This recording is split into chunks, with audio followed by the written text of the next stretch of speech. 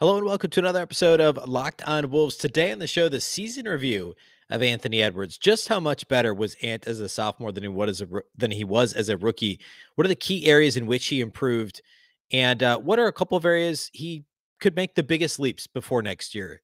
The whole show is about Anthony Edwards today. Let's get into it. Welcome in. You are Locked On Wolves. You are Locked On Timberwolves, your daily Minnesota Timberwolves podcast. Part of the Locked On Podcast Network. Your team every day.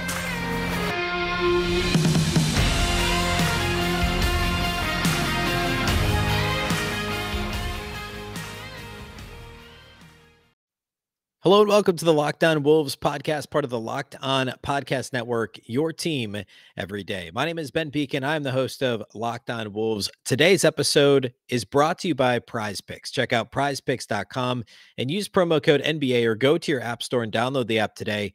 Prize Picks is daily fantasy made easy. Happy Tuesday, everybody. Thank you for making Locked On Wolves your first listen every single day. Of course, Locked On Wolves is free and available everywhere. That includes YouTube, as well as all of your favorite audio platforms. Wherever you listen to podcasts, you can find Locked On Wolves and all Locked On shows. Apple, Google, Spotify, Odyssey, anywhere you listen to podcasts, you can find it. Again, you can also follow on Twitter at Locked On T-Wolves and also at Beecken with two B's, two E's, C-K-E-N. Today, we're going to continue the player review series. We took a short break on Monday to talk about some news, Chris Finch, some different things on Monday's show, but we'll get back to the player review series. We only have two players left to talk about today. It's Anthony Edwards. The next and final player we'll talk about, of course, is Karl-Anthony Towns, who went in reverse order of minutes played. So the better part of the last couple of weeks, we went through the entire roster. Some players we did a segment, some I did two segments on, and then full shows dedicated to D'Angelo Russell, Anthony Edwards, and Karl-Anthony Towns. There's a lot to say about each of these guys. And Ant is one of my favorite topics because he's a player that I'll readily admit I was wrong about by and large when he was coming out of Georgia. And I had more skepticism when he was a rookie than I probably should have had. And I think leap is a fair term. The sizable jump that Ant made in year two in the NBA, there's a lot to be said for it. And there's a lot to talk about. So that's what we're going to do today. I'm going to kind of break it down into what he did really well and the areas of clear improvement before moving on to a couple of areas that, still need some work. And obviously there's a lot of it because we're talking about a guy who's 20 years old and doesn't turn 21 until August. I mean, he won't be 21 until basically a month, 6 weeks before training camp starts in the fall, which is just insane. So I really just want to spend the whole show talking about Anthony Edwards in his rookie season. So his sophomore season. So let's go ahead and get into that. The first thing is, as a rookie, we saw Anthony Edwards become very comfortable shooting a high volume of three-point jumpers. And it's one of the reasons that I didn't love him as a prospect. I still had him in, I think, my big board going back to 2020. I think I had him top 3. I don't even think I had him second. I had the Melo Ball first. And I'll be willing to admit, I'm gonna point out when I'm right about stuff, like my exact I did a whole couple of shows on my preseason predictions, which were really good. If you missed them, go back a couple of weeks. I was wrong about Anthony Edwards. I thought he was a good, not great prospect. I was very worried about his defensive issues, his motor issues, his jump shooting was probably my biggest concern. I saw a lot of Andrew Wiggins in him as a prospect. Now, of course, Andrew Wiggins is now an all-star as well. But I mean, Anthony Edwards is certainly much better as a second-year player than Andrew Wiggins was, and it's not close. And I was just frankly wrong. But part of my concern was really well-founded in terms of his shooting. In his lone year at Georgia, Anthony Edwards shot just 40.2%, not 42%, 40.2% on field goals, and just 29.4% on three-point attempts in his one season at Georgia. And the jumper looked good. But the shot selection wasn't great, even though there was range, like crazy range. It wasn't consistent. And as it turns out, now that we're a couple years into his NBA career, a lot of this was, and a lot of the motor concerns were because the Georgia Bulldogs are not a good basketball team. And Anthony Edwards was often bored. He didn't have teammates to help support him. He didn't have guys to pass to. So he was taking ill-advised shots. He was being asked to do a lot. He was the focal point of opposing defenses. And the jump shot, just the reps weren't there, right? I mean, even though the shot looked good, in terms of mechanics, Anthony Edwards just didn't get, I mean, college teams don't like, 1 year in college, right? Coming out of high school, remember he didn't play basketball full time until later, or didn't focus on basketball exclusively until later in his youth and high school career. He was more of a football guy early. The just the sheer reps weren't there. But as we know, and as he likes to talk about, he's extremely athletic and can pick up almost anything and be, or if you ask him anything, and be really good at it, right? He's talked about how fast he could throw a baseball, he could do any sport, and sure enough, he comes to the NBA as a rookie. He's more than comfortable shooting 7.2 3-point attempts per game, and he shot 32.9% on threes, which is, of course, below league average these days. And it's a relatively high volume for a guy who's shooting below league average, but he was very comfortable doing it. The step back three he showed very early in his rookie season. But now in year two, he's a full-time starter from day one. He's essentially playing small forward most of the time with both D'Angelo Russell and Patrick Beverley. He split his time between the two and the three technically, but basically was the three for a good chunk of the season for Minnesota, and improved his three-point shooting percentage overall to 35.7% on the season, which is roughly league average, on higher volume. So 8.4 attempts per game, or if you want to look at three-point rate, which is probably a better way to look at it, certainly is a better way to look at it. He increased his three-point rate to 0.484. Another way to say that is 48.4%. So nearly half of his shot attempts were three-pointers, which is a little high for a guy who's shooting a little right around league average from three, but is so devastatingly athletic, has such a quick first step, can finish through contact because he's physical and athletic, or finish through contact with his physicality and size, finish around contact because of his length and his athleticism. Could do anything with the ball in his hands, but yet he's shooting 48% of his shot attempts from three. Still, this is the number that's most impressive to me, is he improved his catch and shoot number from his rookie season to his sophomore season by, and of course I just lost the number, but he improved it from like 33%. Let's see, as a rookie, Anthony Edwards shot 33.5% on catch and shoot threes, which is not good, right? Catch and shoot should be a higher number than off the dribble, 33.5%. As a sophomore this season, he shot 41.3% on catch and shoot threes, 41.3. That's an improvement of almost 8%, 7.8%, nearly 8 points improved on catch and shoot 3-point shooting from year one to year two in the NBA. That is massive. Part of that is due to the improved offense, running just better offense under Chris Finch in general. Obviously, they had their half-court struggles. I talked about that pretty extensively on Monday's show, in terms of the Wolves' half-court offense, and it wasn't quite as good as it should have been this year.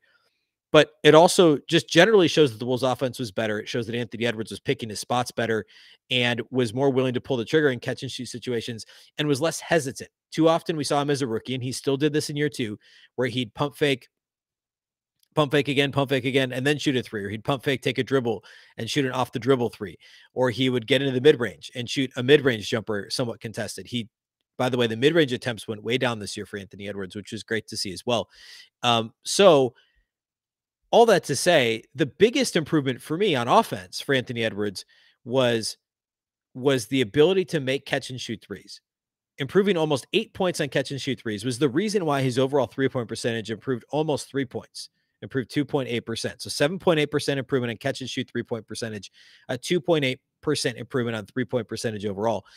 And having Ant in catch and shoot situations just elevates the entire offense. And the other thing is, teams were so afraid of Ant driving and taking them off the dribble that they were giving him a little more space. The scouting report was out. Let's let Ant shoot threes, because he shot 32.9% as a rookie. Let's let him shoot threes instead of blow past us and throw it on a dunk on us like he did. Like he's, had multiple poster dunks already in his career. Well, if you let him get the ball in a catch and shoot situation, he's going to knock it down 41% of the time. He's going to be a top flight catch and shoot 3-point shooter if you allow him the space. And by adding that element to his game and improving that element of his game, he became really, really difficult to slow down in year two. Overall, he had less assisted 3-point attempts this year, which was a little bit surprising considering that his 3-point percentage went up. Only 55% of his 55.3% to be exact of his 3-point attempts this year were assisted. 3-point makes were assisted. Last year was 63%. So because he's simply shot more, he shot more off the dribble and more catch and shoot, but he was more efficient on catch and shoot shots. And that's why we saw the overall improvement in terms of his percentage from deep. I want to talk a little bit more offense, but a lot more defense next for Anthony Edwards. And then we'll get into a couple of areas where he's shown improvement, but needs to show more, because across the board, he was better this year, right? Take any category, he was essentially better in virtually everything. So there's a lot more to talk about related to both things that have gone well, defense specifically, a little bit of offense, and then a couple areas in which he can still continue to improve. So we're going to do all that here next. First, though, let's talk about the title sponsors of today's show, and that, of course, is our friends at Prize Picks. NBA fans, are you looking for a daily fantasy option for the NBA? If so, you need to try the award-winning app Prize Picks. Prize Picks is daily fantasy made easy. I absolutely love it, and I know you will too. It's super easy to use. Again, daily fantasy. You just pick 2 to 5 players and an over-under on their projections. You can win up to 10 times on any entry, and it's just you versus the projected numbers. You're not playing against DFS pros or anything like that. Make your entry in 60 seconds or less. Prize Picks offers safe and fast withdrawals. You can use the app, again, both App Store and Google Play. Here's how it works. Super easy. Think of any prop, points scored, rebounds, steals. You can do it still with the NBA playoffs. And say you're also a baseball fan. You want to take the over on Byron Buxton runs scored or home runs for a game or hits for a game or whatever. If you're a Twins fan or whatever. And you're watching the Western Conference Finals, you want to take the Steph Curry over on three-pointers made or over on assists. You can pick both of those on the same night, Buxton and Curry, say Buxton over on runs, Curry over on threes. And that can be your play. Prize Picks also doesn't just offer NBA and MLB, but any sport. So in football season, college football, NFL, soccer, MMA, college basketball, any sport you can find on Prize Picks with some of these kind of more obscure props as well. For a limited time right now, Prize Picks has an exclusive no-brainer of an offer for all of our users, or our listeners, I should say. Listeners get $50 for free. If a player in your first Prize Picks entry scores a single point and you use code NBA, you'll get that $50 for free. That's right. This is an exclusive offer available to Locked On listeners only. Sign up today. Use the code NBA for $50 for free if a player in your first Prize Picks entry scores a single point. Let's also talk about our friends over at Built Bar. Imagine dipping your finger into that plastic tub of birthday cake frosting and then opening your eyes and realizing it was only 150 calories and 16 grams of protein. It's exactly what it's like to eat a birthday cake puff from Built. I just received my birthday cake puffs in the mail this weekend. I had one on Monday for the first time. I'll tell you what, I've never had anything like them before. They're absolutely delicious. They're available right now. I can't promise they'll be there for too much longer, so go get them today at Built.com. Again, it's the birthday cake puff from Built. It's phenomenal, filled with marshmallow on the inside, 100% real chocolate on the outside. Absolutely fantastic. They have just 150 calories. They also have 16 grams of protein and just 9 grams of sugar. It's a limited time flavor, and it's an amazing option if you're looking for a healthy way to get flavor and variety in your day. Again, 100% chocolate. You can eat healthy and actually enjoy doing it. Go to Built.com to get birthday cake puffs right now. Built.com, and use our promo code LOCKED15. That's what I do anytime I order. You get 15% off your order. Again, promo code LOCKED15 for 15% off at Built.com.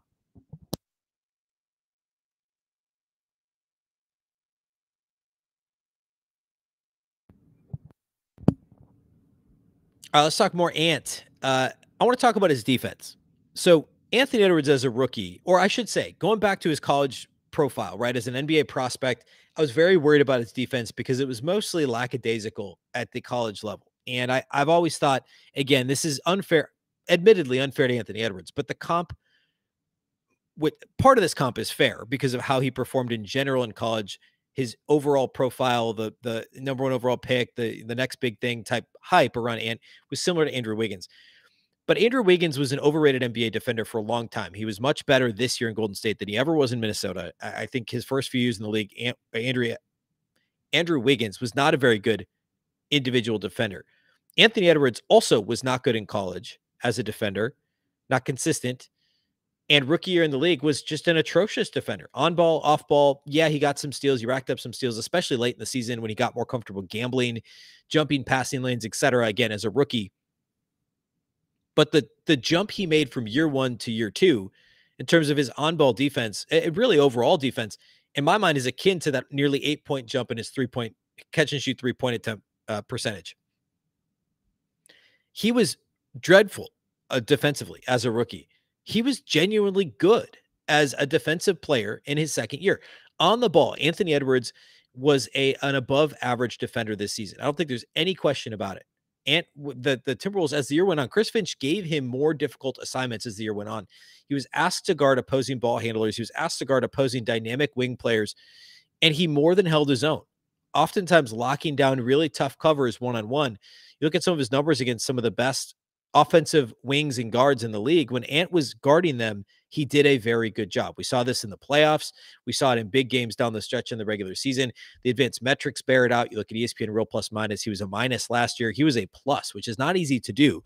There are not very many players who are plus in terms of defensive Real Plus Minus, well, period. But you look at small forward, defensive Real Plus Minus.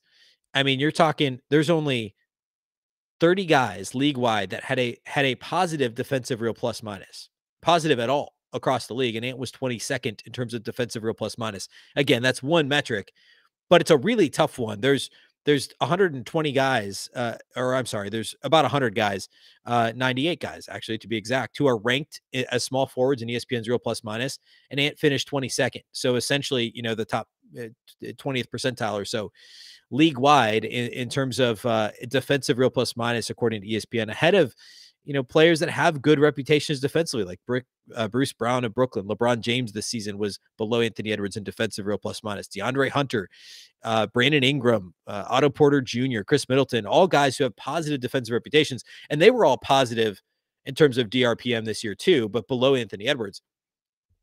Again, one metric, but across the board, the metrics all say he improved defensively, and some of them are influenced. Some of those metrics are influenced, are really hard to isolate in terms of individual performance. And the eye test, it confirms this. He was very good on the ball. Again, the physical tools are undeniable. Everybody knows he's 6'4". Well, he's really probably 6'5", 6'6" now, with the plus wingspan, the absolutely phenomenal athleticism. He's an intelligent player, and the more he sees in the NBA, at the NBA level, the more he sees of opposing offenses, the more he sees his own kind of mental scouting report of opposing wing players and guards, the better he's going to be. And the more timely he'll be, and the better he'll pick his spots when it comes to jumping passing lanes in terms of off-ball defense. I don't think he improved as much off the ball, because I think he still likes to think he can pick off passes. He likes to think of himself as a DB in football, and he can just get a pick six, essentially get a breakaway dunk on an easy interception. And he would get one of those maybe every couple of games. But for every one he intercepted, he would miss one and give up a dunk or an open three on the opposite end because he was gambling. Overall, the Wolves allowed him to do more of that earlier this season. He was essentially in a free safety type role. But as the year went on, Finch said, "Hey, Ant, you take the tough cover, you guard one-on-one, or you be part of this high wall scheme, and we'll hide D'Lo and make D'Lo essentially the free safety, because D'Lo's got pretty good size and length, and he's also a very intelligent player and understands opposing scouting reports, and he knows how to play certain players and is better in that type of a role. No, he doesn't have the physical tools and gifts as Anthony Edwards, nowhere close in terms of athleticism, but it's better to use Ant's on-ball abilities and his athletic ability and size on the ball and D'Lo off the ball as much as possible defensively." And again, Ant more than held his own. He was a plus defensive player on the ball, and he was fine off the ball. He had his moments where he struggled. He had his moments where he was great off the ball. If that can be a little bit more consistent next year. But again, I really, truly see this as just as significant as his improvement in catch and shoot situations from beyond the arc, his overall decision-making improvement, all that stuff. His ability to lock in and play one-on-one defense was nothing short of really shocking this year, that he improved that much in that regard. And it took Chris Finch challenging him, and the Timberwolves. I talked about on Monday's show about Chris Finch saying, "Hey, I don't want to switch too much on defense. I want to play this high wall scheme where everybody's responsible for their role and we can hold people accountable." And Ant was largely held accountable this year. And I think that was a really important thing for him in year two, again, at just age 20, which is so painfully young. And part of what I want to do last segment here today is talk a little bit about just how good he is at how young he is in context of some of these other guys who are now all-stars that were nowhere near this good in their second year in the league, or at 20 years old, or both. So again, the leap in terms of catch and shoot threes on offense, and overall decision-making, the leap in terms of on-ball defense and the incremental improvement in off-ball defense, those things are real. They're tangible. They're clear improvement from Anthony Edwards. I want to close the show by talking about a couple of areas that he improved, but not as much in, that we need to see more of an improvement next year. And then also, again, a little bit additional context in terms of just how special he is already as a 20-year-old. We're going to do that here next. First, let's talk about our friends over at BetOnline. Our partners at BetOnline continue to be the number one source for all your betting needs and sports info. Find all the latest odds, news, and sports developments, including this year's basketball playoffs, MLB scores, fights, and even next season's NFL futures. BetOnline is your continued source for all your sport wagering information, from live betting to playoffs, esports, and more. The lines right now for the conference finals are up over at betonline.net for both Western and Eastern Conference. And the overall, if you want to bet on the series as a whole or different NBA Finals matchups, you can do that, or you can just simply look at the individual game lines. So we'll be following that here on the show as well. You can head over to betonline.net today or use your mobile device to learn more about the trends in action. BetOnline, where the game starts.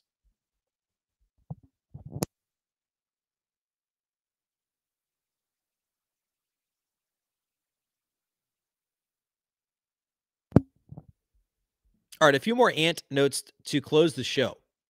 Number one, an area that I think is notable to point out, Anthony Edwards actually had less dunk attempts this year and overall less attempts at the rim than he did as a rookie. The dunk attempts is maybe not a surprise. He tried to get a little bit trickier at the rim, tried to avoid some contact, and we know he had the knee issue that bothered him, flared up a couple of times this year. He had a sprained ankle just prior to the All-Star break.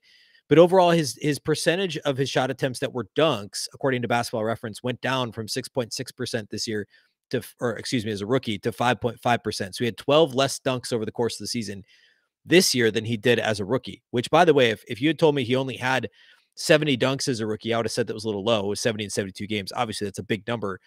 But overall for his career, only 6% of his shot attempts have been dunked, 6.1%. He's only dunked the ball 128 times over 2 regular seasons.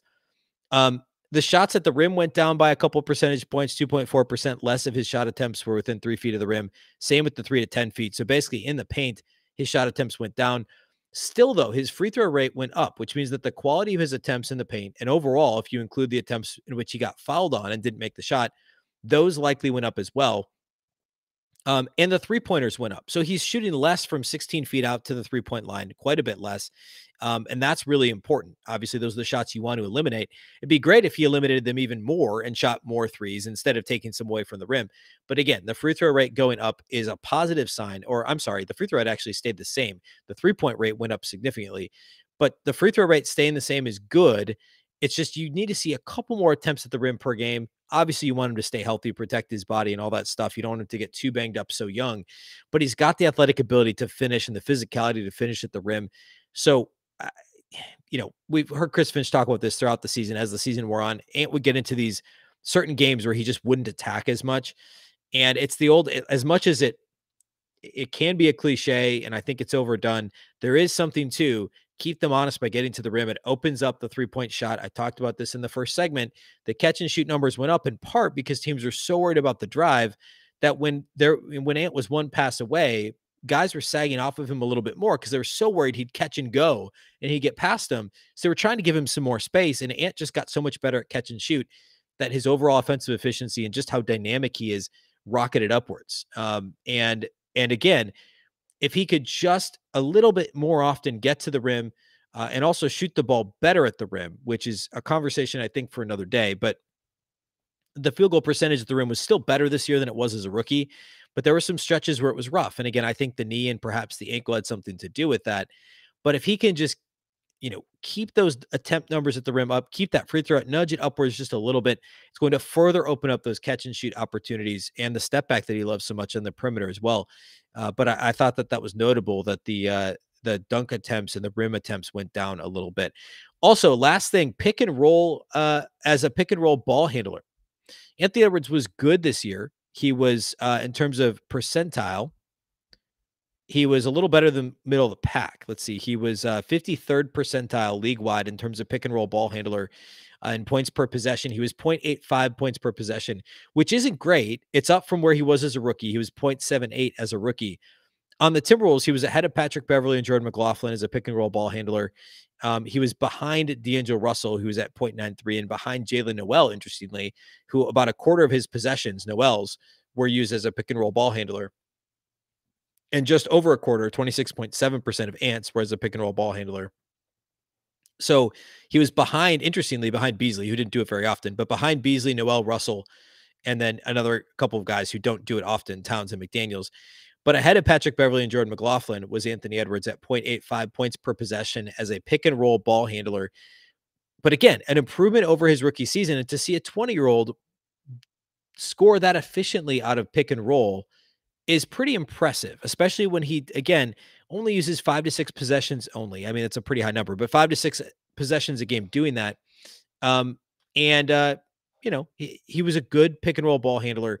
And that's an area in which he'll continue to improve again as he sees more coverages, as he gets used to personnel, as he understands his own personnel better and can make those quicker snap decisions. We saw improvement in that area this year. I think it's an area we continue to see significant improvement next season in Ant's third year in the league.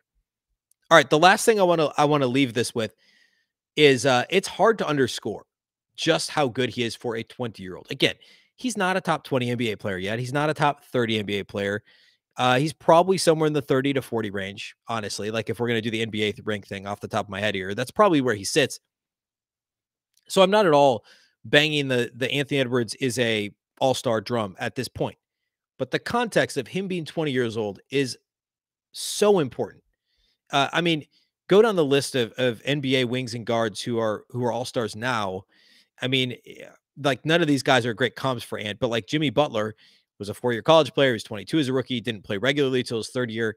He was really good early, but he didn't play very much. DeMar DeRozan, Zach LaVine, some of these other guys that are higher volume scoring guards, they weren't efficient. They weren't good early in their career.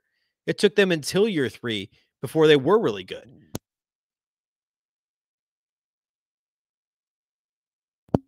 Excuse me. Or in Zach LaVine's case, it took him longer than that before he was really good offensively. It took him until like the year that he tore his ACL, his last year with Minnesota, before he was really kind of things were clicking.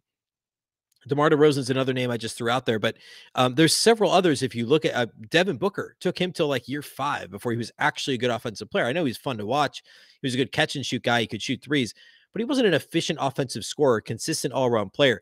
Ant is a million miles ahead of all of those guys in terms of his contributions in year 2 or age 20 or however you want to slice it. It's hard to find guys this young who are this good. It really, truly is. And if this trajectory, if the improvement from year 1 to year 2, if we can copy and paste that improvement year 2 to year 3, if what he did in game 1 of the playoffs, if he can do that semi-regularly throughout the season, we are talking about an absolute, unequivocally an NBA All-Star when we get to next February, and likely a top 15 player in the league if he plays anything like he played in game 1 in the playoff series against Memphis, or makes another leap. I think it's a leap, the year 1 to year 2 thing. If he does that again, then he'll be better. He'll be better than LaMelo Ball. He'll be a top 15 type player, top 20 type player league wide, and an NBA All-Star, and somebody with a shot at All NBA next year as a 21-year-old. Remember, he doesn't turn 21 until August.